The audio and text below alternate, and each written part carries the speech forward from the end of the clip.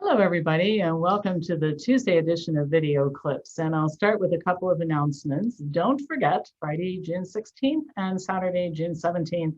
It's a Friday night, Saturday afternoon combination. I'm doing a cancer boot camp, all about cancer, alternative treatments, conventional treatments, how to look at risks and benefits associated with treatments, the real causes of cancer, the role of diet and lifestyle, and a whole lot of other factors in recovery. The secrets of people who survive and thrive. And I have probably 40 or 45 hours of cancer information. So this is going to be like 5.5 hours of overview, maybe 6. We usually run over when I do these things, but I'm pricing it at $69 to members, $99 for non-members. And then if you're a cancer concierge client of ours, it's free for you, okay? So that's coming up. We're still doing the Curious About COVID workshops, but we're going to have a second one now that's sort of a little, we feel like everybody's seen that one. So we're going to have a revised version after the 4th of July.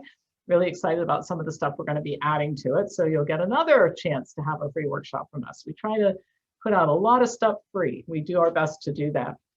And then remember, we still have our depression and anxiety support groups, and keep those career questions coming and all that good stuff. All right, so I want to talk about kind of an unusual thing today that's come up in some emails and that sort of thing.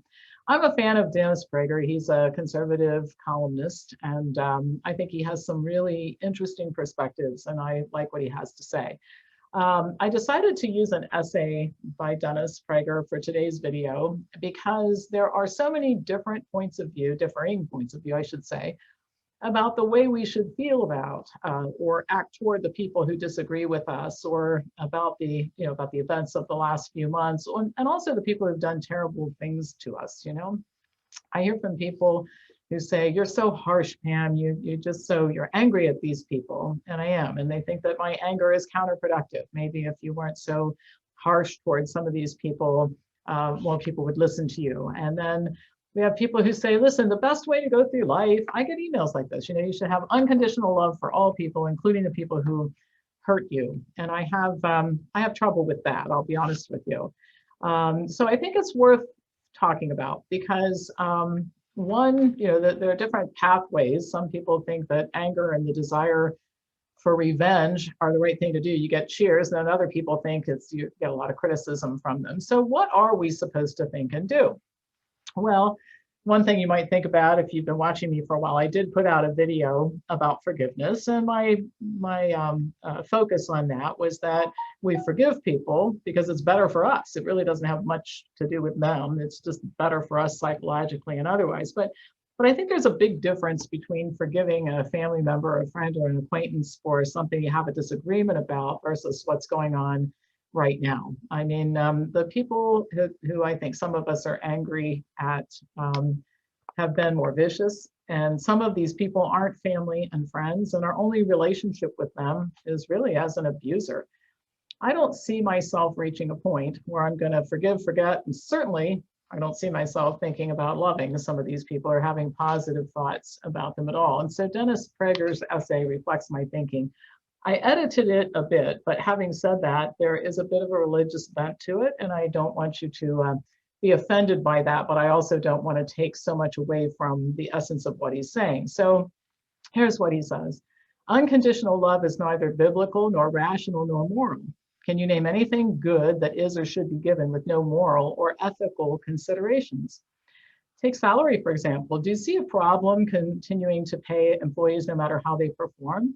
In other words, do you see a problem with unconditional salaries? The question's rhetorical. If people believe they'll receive the same salary no matter how well or poorly they work, many people might not work very hard. The fact that a worker can be fired is precisely one of the things that keeps people from screwing around and slacking off, right? Furthermore, paying the same salary to the lazy and careless worker as to the hardworking and responsible one is so unfair that it would completely undermine workplace morale. Now substitute love for salary. If everyone received the same amount of love, no matter how terrible or beautiful their actions, wouldn't that create the same problems as unconditional salaries? If we gave everyone the same amount of love, no matter how they behaved, what would motivate anyone to behave better? And would it be fair If kind, self-sacrificing, responsible people were to receive no more love than narcissists, murderers, and thieves, the world would be a far more unjust place than it already is. Unconditional love is no more desirable, no more fair, and no more goodness-inducing than unconditional salary. Yet remarkably, unconditional love has become the great human and even the divine ideal. This is a recent development. Google charts the use of words and terms in English language books from the beginning of the 19th century until the present. If you look at its chart for the term unconditional love, you'll learn that until the 1970s, the term almost never appeared in English language books. And then all of a sudden it was everywhere. In other words, when America was religious, no one used the term unconditional love. Only as America became less religious, its culture more secular, did the usage of the term soar. This alone should help to dispel the widespread notion that unconditional love is a religious ideal. It isn't. In a lifetime of teaching Judaism and now writing volume 4 of the 5-volume Bible commentary, I have never come across the concept of unconditional love. In fact, God makes it clear that his love is conditional on obeying him. For example, he tells the Israelites, if you will obey me faithfully and keep my covenant, you shall be my treasured possession. If. The book of Psalms makes this even clearer. God hates all evildoers. You doom those who speak lies, murderers, deceitful men, the Lord abhors. Obviously, God does not give unconditional love. As for Christianity, many Christians assert that unconditional love is the ideal for humans to aspire to. Yet I could not find a single direct statement about unconditional love, divine or human, in the New Testament. As a Canadian Christian pastor and theologian George Sinclair wrote, the Bible does not teach that God loves unconditionally or that you should love unconditionally. Unconditional love is, in the final analysis, a bad secular idea. Aside from undermining people's reasons for pursuing excellence and undermining group morale, as we saw in the example of unconditional salaries, there are 3 other reasons it's a bad idea. First, if people are loved no matter how immorally they act, love becomes the one thing in life that is completely divorced from morality. Unconditional love makes love amoral. Second, what means more to you? Someone who loves you because they love everyone unconditionally, or someone who loves you because they consider you special? Third, unconditional love often leads to very unloving behavior. If husbands and wives, for example, know they'll receive the same amount of love no matter how they treat their spouse, do you think it's likely to lead to spouses acting better or worse? But many people respond, don't parents have unconditional love for their children, and isn't that the ideal? Yes, many parents do love their children unconditionally because it's instinctive in most people to so love their children. But this is a good message to convey to children, no matter how you treat your siblings or even us. But is this a good message, I should say, to convey to your children, no matter how you treat your siblings or even us, your mother and father, not to mention non-family members, will love you just the same? And even if parents' love for their child is unconditional, why should that be a model for how we ought to feel toward every other person on the planet? Would your children be happy to know that you loved everyone just as much as you love them? Should you? There would actually be something psychologically and morally wrong with a parent who loved everyone as much as they loved their child. Yes, babies should receive unconditional love. The rest of us should want to grow up. As for God, I've never believed I was the recipient of unconditional love from him, nor have I ever sought it. I seek his approval, and that's a better way to live. And so, again, I hope that the religious aspect of this hasn't offended people, because I think the message is really good, which is that we all aspire to be good people, but we just can't treat everything and everybody the same. And in this whole debacle for the last 16 months, some people have done some very, very egregious and harmful things to us personally and to us generally as a population. I don't think we owe them anything. I don't think I want to spend a lot of time despising them, but I certainly don't want to spend a lot of time thinking that I have to justify my feelings toward them.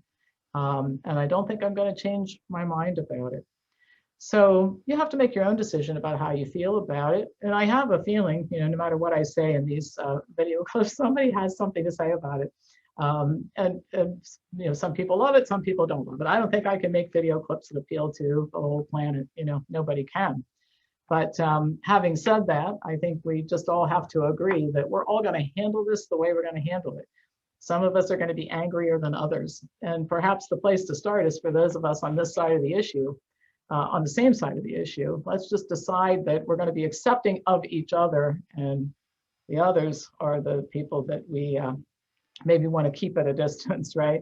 but there's room for us to have varying levels of anger and anger, I guess is the word to use, and dislike or distaste or even disgust for some of the things that some of the people who've done these things to us. So I don't know, I hope that's some perspective. I have shared probably more about my personal feelings about things in the last year than I probably have in the last 26 years we've been in business. And it's still uncomfortable for me, but I think it's important to put these things out there and give you some food for thought. All right, that's it for today. As usual, pass this on to anybody who you think would enjoy watching it. And I will be back to you tomorrow with more news. And by the way, Monday's newsletter, I forgot to mention that. I did some interesting, disclose some interesting information about college kids and vaccines and that sort of thing that I think you might find interesting. So take a look at that. Have a great day. Be back to you tomorrow.